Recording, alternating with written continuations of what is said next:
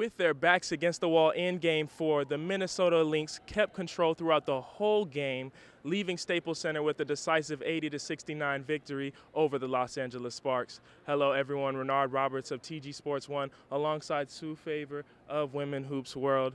The Lynx, they looked good under pressure. They played well. What was the difference in the game for them?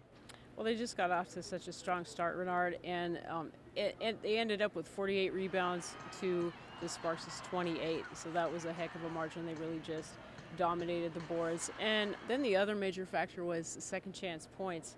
The Lynx had 21 second chance points, the Sparks only 5, and they had really stepped up their defense tonight, especially in light of Game 3.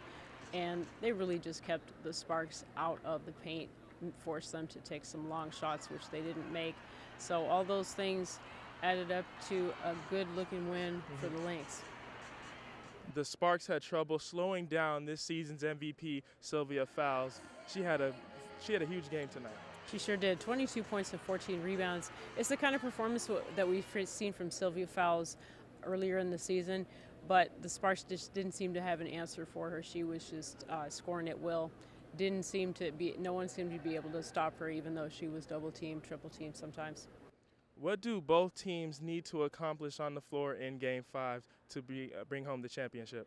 Well, just spoke to several of the players on both teams, and the Sparks obviously have a challenge now because they'll be in Minnesota facing a hostile crowd, and they were just saying that they need to get back to doing what they do best, and that's just come out aggressive and just decide that they want to win. They felt like they were too hesitant today, and just didn't set the tone that they wanted to set, and to try to come out and win this thing at home.